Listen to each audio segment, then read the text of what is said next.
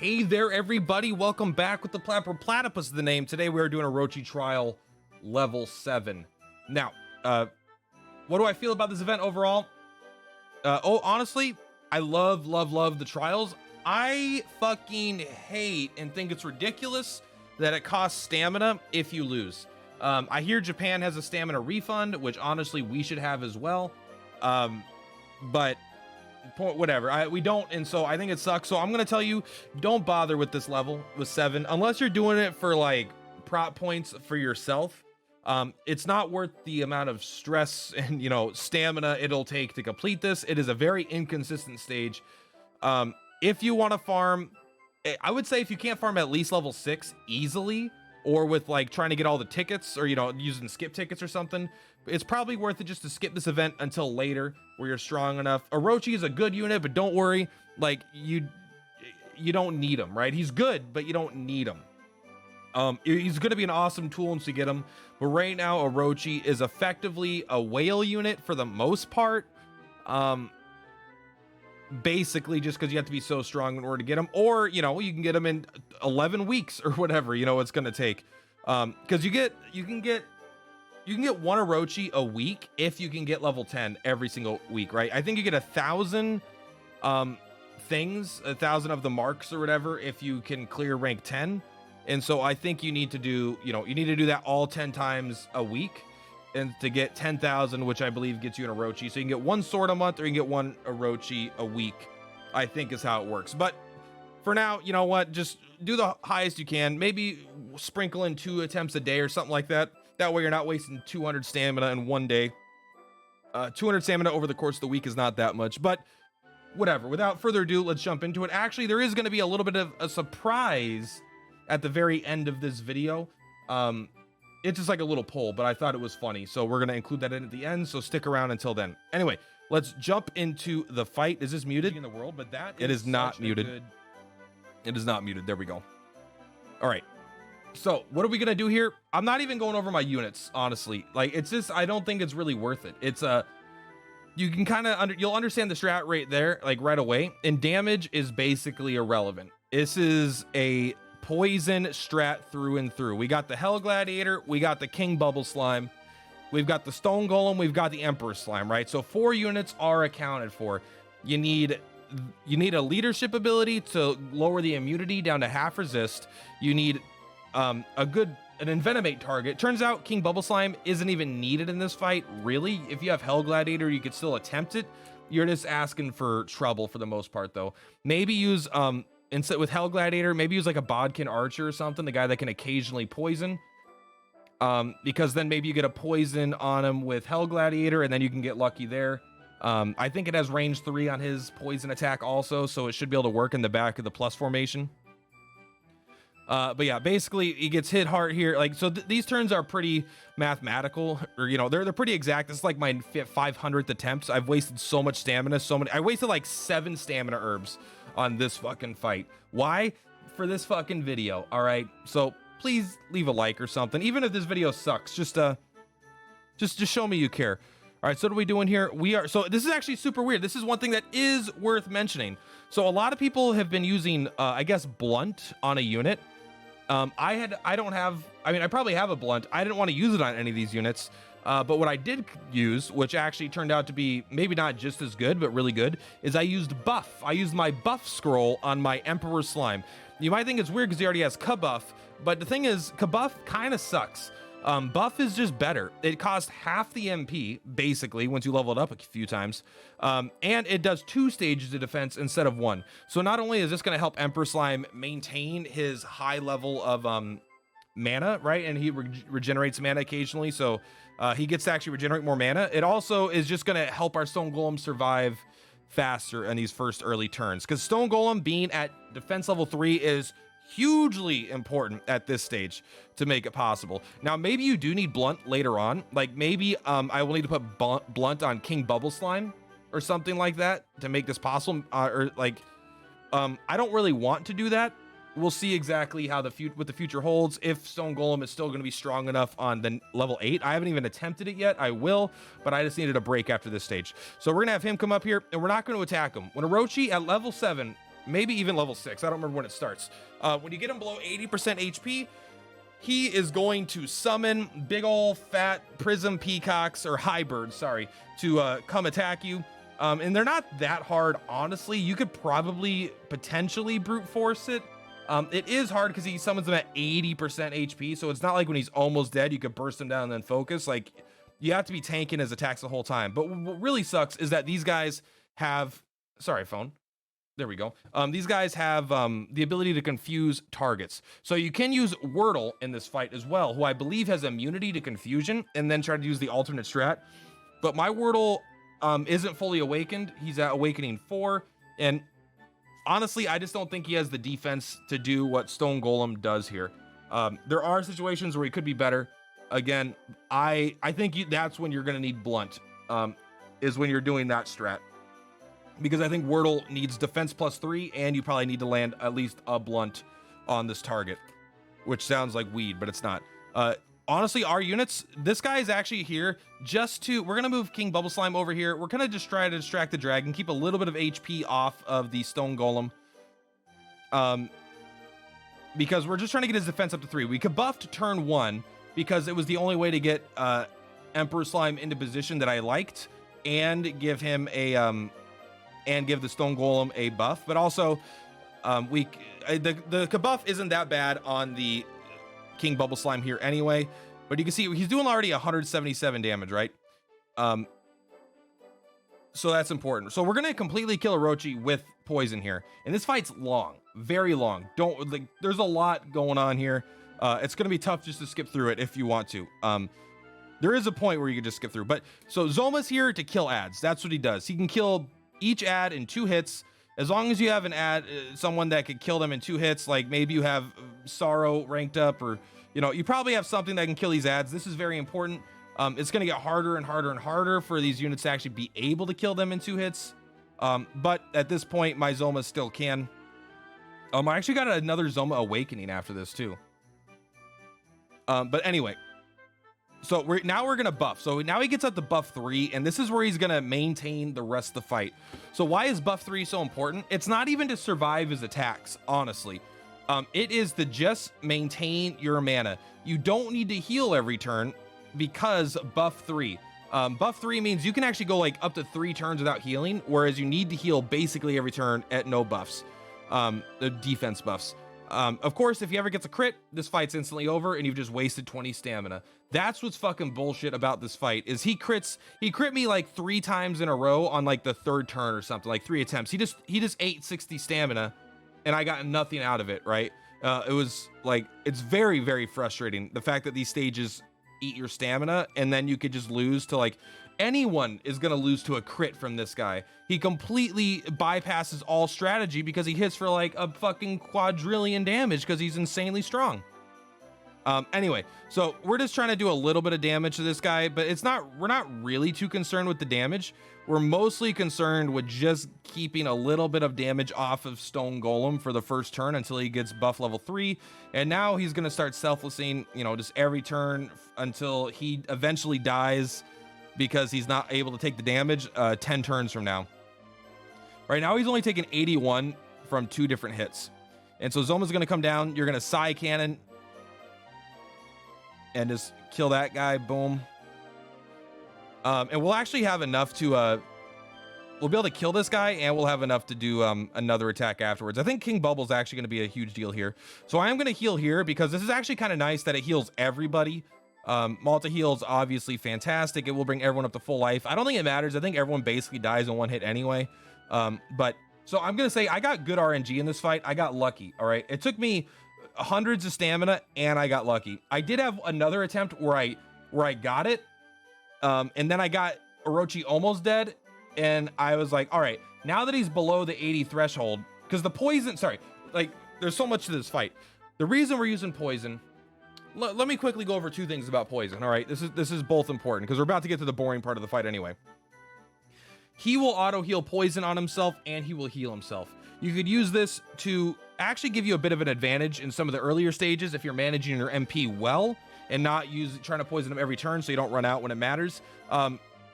But for the first 10 turns, he will try to heal his poison. He will heal his poison to heal himself. So he will only attack, he'll heal himself, and then he'll only attack one time, decreasing the amount of times you have a chance to be critted, which is a big deal, because again, I lost a lot of fights to that, because you're surviving 10 turns plus, hoping for no crit, before you have a chance to try to poison this guy, realistically. So don't try to poison him too early, but like once you're around like turn 7, 8, it could be wise to use a little bit of resources to try to poison him to decrease your chance of getting crit. If he's going to crit you on turn 3, 4, 5, it's just going to fucking happen. You got to live with it.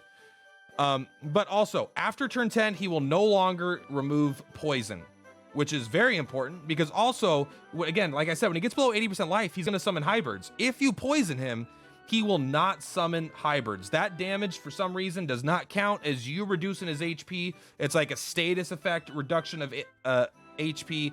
No idea why it does it that way. I don't know if it's like that always, or if it's just this fight specifically because they recommend poison earlier in the stages and now they don't recommend poison. But it's like a sign like, hey, still use poison. It's really good. But poison will not proc his ads. And so you want to make sure the poison won't kill him by itself, right? And Venomate doesn't kill. It always leaves at 1 HP at least. But it'll leave him basically almost dead every time. So yeah, always have to hit him at least one time in addition to that. Maybe if they have even HP, it'll kill him. I don't know. I think they always survive the poison though. But you're going to need to attack him one time. Make sure when you attack him, it is a fatal attack. Otherwise, he will summon units. You might be able to recover, but we're going to be scraping the bottom of the barrel on this fight. This fight is fucking hard. All right, so let's continue. We're about to hit the boring part of the fight. So we are going to continue trying to kill this guy. This guy has no agility, so he just misses all the time. The worst thing about King Bubble Slime is that his multi-attack just misses because he is super low agility. Meaning that it's just not that good of an attack overall, even though it seems like it should be good. He really is all about that, the other attack. The just Envenomate Breath. So yeah, we're just going to poison him, and then King Bubble Slime probably gets to just take him out here. And if he doesn't, we could use another spell. We'll still have enough for 2 casts, I believe. And now that, again, our guy's up to a million billion shit. So this is important. Like, now we're alternating between healing and buffing. We never want that buff to wear out. And I was alternating between this and Cub buffing, but that takes twice as much mana on the buff turns. And it isn't as good on turn 1 or 2 if you use it on one of those turns, right? It takes an extra turn to get up to stage 3. All right, so I'm just sitting here talking. I'm just sitting here talking to chat, This is a really, really boring part of the fight. I can skip through it. Let's kill this guy first. And now here's what we do. We selfless that guy's dead. For the rest of the fight, we are going to selfless. We are going to, the Eternal Pass. This guy is going to whirlwind us twice. 1, 2. This turn 5, right? So we have to get through 5 turns of this. You're going to just get into position. That way you're ready to attack him when you need to. And it just, I don't know, the plus makes me feel safer. You are going to switch between mid heal and buff. We just buffed last turn, so we're going to mid heal this turn. Oh, actually, this is the turn where I risk it. That's right, because I'm like, hey, to conserve even more mana, I'm already dead if he crits. There's no way to avoid dying if he crits. This is this is a turn that I probably don't need to worry about poison him still. But King Bubble Slime has enough where it doesn't matter. But I'm like, all right, I'm just going to buff him to conserve mana. So buff conserves a lot of mana, which is kind of what I'm concerned with at this point. So he's going to keep doing his thing. And then I'm probably going to heal Stone Golem here. I actually think I could not heal him here again. Maybe I don't. Let's see how ballsy I am here. Because he has 303 HP, we know he doesn't die to 2 Tailspins. So there's no reason to not buff him to save mana. And I do it. All right, awesome. Like, I know it looks scary, but there's literally, I only die to a crit, and I already die to a crit regardless. So there is no downside, even though it feels bad. Feels scary. So I decided to maybe try to poison him. Nothing good there. I don't think I get the poison here either. So I kind of got bad RNG. I'm trying to avoid getting crit if possible. Plus also, if I hit weight too many turns in a row, I accidentally hit weight on Stone Golem one time, like, fuck, and it just ruined my attempt. That's 20 stamina gone. All right, so now I'm like, all right, let's heal him. Getting him down a little low to this HP, it might be a bad idea because the heal doesn't fully heal him, and a multi-heal plus 7 with the healing staff. So that could be bad.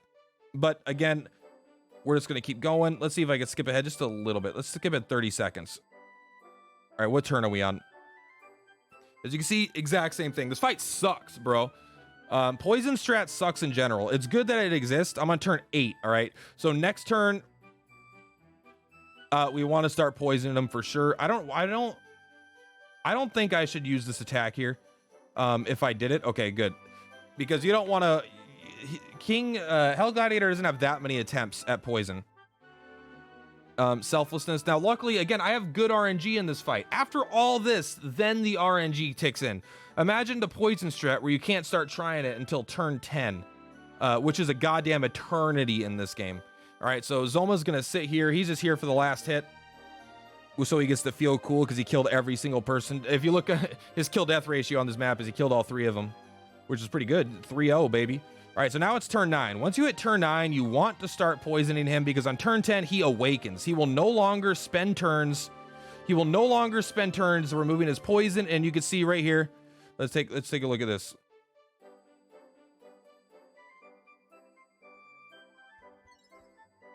All right, let's turn it up. I'm checking my turn. All right, this is turn 9. Just envenomate him right now and save me my life. And then that's my, it's like, you can't see my reaction. Let's do it. All to heal this turn. All right, so I get the envenomate. I was like, I almost shit my pants. I couldn't believe it. All right, this is turn 9. Just envenomate him right now and save me my life. There we go. Yeah, that's how I felt. That does not happen very much. I got good RNG and I finally needed it. The second that happened, I was like, oh my God, we're in it. We're fucking in it. Imagine not even knowing if you have a chance to win until turn 10 or 11. Jesus. All right, so then there, I'm like, King Bubble Slime, get the fuck out. Your job is done. We're done. You're going to keep selflessing. So this guy's going to awaken and he's going to start whipping his big fat dick around and there's nothing we could do about it. Now we are going to start dying. Fire 10. So, but it's actually not that bad because he always fires and then he does his tail. All right. And if he did the tail twice, he would straight up kill us. And he doesn't, which is nice. So Zoma, your turn is to run away. Now we're here to... this is a slightly better strat than what I was doing before. Is we're trying to get a few units out of the way so the fire doesn't hit quite as much, which I do think is important. Don't attack him. If you ever accidentally attack him at this point, he will summon, right? Once he's below 80%, 1 point of damage that you physically cause him will cause it to, physically or magically, non-poison damage will cause him to summon his ads, and then the whole fight goes to shit real fast. So you only need to survive for 4 turns here, right? So you can see we are moving units out of the way of the fire because he's going to keep doing the same thing. He's going to fire, then he's going to tailspin. The tailspin would fuck us up. Zoma, you're going to stay right there, I think. We're just kind of taking an eye here to see how far we need to be. We can now move you back here, so you are completely safe out of the fire range. So he's only going to be taking 2 fire attacks. The issue is now he doesn't have defense, right? You can't keep buff up at this point because he is taking too much damage. You actually do have to heal. King Bubble Slime is going to be here because in case I need to, I'm going to try to have him start running this way. Just to stall for more time. I don't think he needs to, but just keeping that shit in mind. And so now that we're only taking 2 fire hits, it kind of helps compensate for the really high amount of damage we're taking from the tail, but we're basically out of heals as well. This is why heals are also super important. Like, to conserve your mana over 10 turns is hugely important. Like, you might have to survive an extra 2 turns beyond what I do because you may not land Envenomate on the first turn that you can, right? Very, very big deal. Yeah, why wouldn't you move up? Okay, I guess I just feel safer here. Probably because I know it's over. And it doesn't even matter if Stone Golem dies here at this point. Let's see if he does. I actually might have a full clear here. I don't even remember that part. He never crit in this entire fight. That's pretty insane. And so, yeah, he goes down to 1 HP. Zoma comes up. I actually survived with all 5 units. That's kind of crazy. But you can see we were right at the edge right there, right? Emperor Slime can't heal anymore. So if every turn you don't have poison at that point, if you don't get it on the first turn with one of your 2 units, be prepared because he's going to start laying waste to your shit really fast. There might be a situation where having a unit more mobile than Zoma could be important. Could be really, really good. That if you're able to kill something, but also have movement 3, you can kind of try to get away and then come back down to kill him when he's almost dead. But yeah, so that fight's fucking tough. Really tough. I don't recommend it. Honestly, I don't recommend it. Not at this point. But you know what? That's going to be it for today, guys. Thank you so much. If you have any questions about the RNG or about my team or just about the event in general, let me know in the comments down below. Purplatypus is Purplatypus. I will see you guys next time. Thank you for watching. You guys caught me. Never say that I don't love my fans. Do I have fans or do I just have viewers? I don't know. That's the wrong banner. That's the wrong banner. It's all right. We're just going to get an easy one-tap Zoma and be done with it.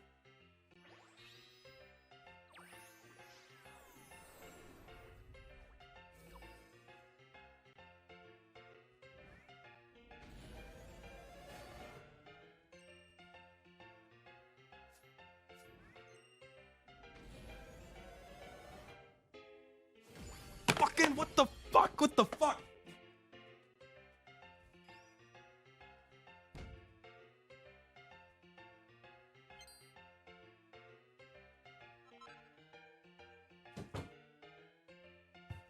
Bro.